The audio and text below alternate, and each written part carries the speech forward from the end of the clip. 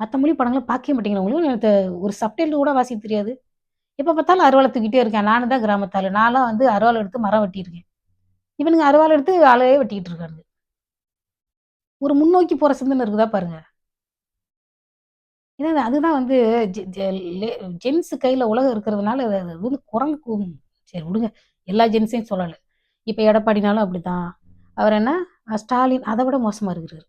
எவ்ளோ கொலை நடந்துகிட்டு இருக்கு தெரியுமா? எவ்ளோ கொலை நடந்துகிட்டு இருக்கு. எத்தன பேரு. ரொம்ப அதாவது இவங்களுக்கு வந்து வாழ்க்கை வந்து ரொம்ப நீளமானது. நம்ம அப்படியே சந்தோஷமா, அமைதியா வாழணும். அப்படின்ற எண்ணமே கிடையாது. ஆத்திரத்திலே இருக்காங்க. ஆத்திரம் அப்படியே உணர்ச்சி பொங்குறது. இல்ல நல்ல உணர்ச்சிய பத்தி நான் சொல்லல. அதாவது ஒரு கெடுதல் பண்ற உணர்ச்சி. அது ஆத்திரப்பட்டுக்கிட்டே இருக்கிறது. எப்படி அத பண்ணலாம், இத பண்ணலாம். அதாவது கொஞ்சம் பேர் தான் குற்றம் பண்றாங்க. அதுவே எவ்வளோ குற்றம் இருக்கு பாருங்க. பெரும்பாலான மக்கள் தன்மையான மக்கள் தான் தமிழ்நாட்டுல. ஆனா அ மோசமானவன் வந்து குற்றம் செய்றான். ஆனா நல்லவன் வந்து வாய தொறந்து பேசவே மாட்டேன்றான் தெரியுமா? நல்லவன் வந்து வாய தொறந்து பேசலன்னா, அவனுக்கு குரல்னு ஒண்ணு இருந்து என்ன பிரயோஜனம்? ஒரு படிச்சவன் இப்படிலாம் செய்யாதீங்க பாவம்ன்னு சொல்லணுமா இல்லையா? இப்ப நான் சொல்றேன் இதெல்லாம் பண்ணாதீங்க. எவ்ளோ பெரிய பாவம் தெரியுமா? அந்த பொண்ண இந்த வாழ்க்கையில நீ வந்து நீ ஒரு பெரிய உலகத்திலேயே வந்து அதிசயமான ஒருத்தன கொண்டு வந்து நிறுத்தினா கூட அந்த பொண்ணுக்கு அந்த லவ்வர் மாரி கண்ணுக்கு இனியவன் ஒருத்தனுமே கிடையாது.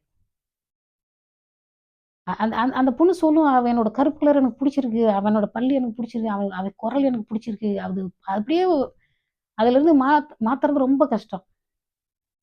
அத மாத்த வச்சு, அப்புறம் இன்னொருத்தர் என்ன நீங்க பண்றீங்க? உங்களுக்கு பிடிச்ச ட்ரெஸ்ஸ நீங்க போட்டுக்கிறீங்க. உங்களுக்கு பிடிச்ச இத பண்றீங்க. அதுபோல அவங்க தனி மனித சுதந்திரம் வேணாமா? ஒருத்தர வந்து டாமினேட் பண்ணி, ஒருத்தர கொடும பண்ணி, சொந்த பிள்ளையவே கொடும பண்றானுங்க நம்ம ஊர்ல. அந்த பையன் என்ன 7ஆம் கிளாஸ், 8ஆம் கிளாஸ் படிச்சவன். இந்த பொண்ணு டாக்டர் பொண்ணா? அவனும் நல்லா படிச்சிருக்கான். இந்த பொண்ணு நல்லா உண்மையிலே சொல்றேன். ஒரு அதாவது ஒரு சந்தோஷமான வாழ்க்கைய இவங்களுக்கு ரசிக்கவே தெரியல. நான்லாம் கல்யாணம் வச்சுட்டு பார்ப்பேன். இவங்க 2 பேரும் எவ்வளோ பாசமா இருக்காங்க. அப்படியே லைட்டா கவனிக்கணும். அது அம்மா, அப்பாக்களுக்கு தெரியும். என் பிள்ளைங்கலாம் பெருசாகி வர்றதுக்குன்னு ஒரு 15 வருஷம் ஆகும். பார்க்கணும் அவங்க 2 பேரும் எப்படி பாசமா இருக்காங்க அப்படின்னு. அத அத ரசிக்கணும்.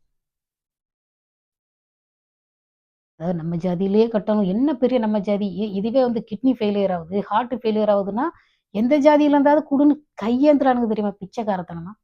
எந்த ஜாதி எனக்கெல்லாம் 2 தடவ பிளட் ஏத்திருக்காங்க. அது எந்த ஜாதி பிளட்ன்னு நமக்கு தெரியுமா? எனக்கு வந்து உடம்பு சரியில்லாம இருந்து 2 தடவ 2 யூனிட் பிளட் ஏத்தியிருக்கோம். ஒண்ணுமே அதாவது எமோஷனல் அதாவது என்னது அந்த இன்டெலிஜென்ஸ் இல்ல. அதாவது படிச்சோமா, வேலைக்கு போனோமா, அம்பளம், சம்பளம், இம்புட்டு சம்பளம், சம்பளத்த வச்சு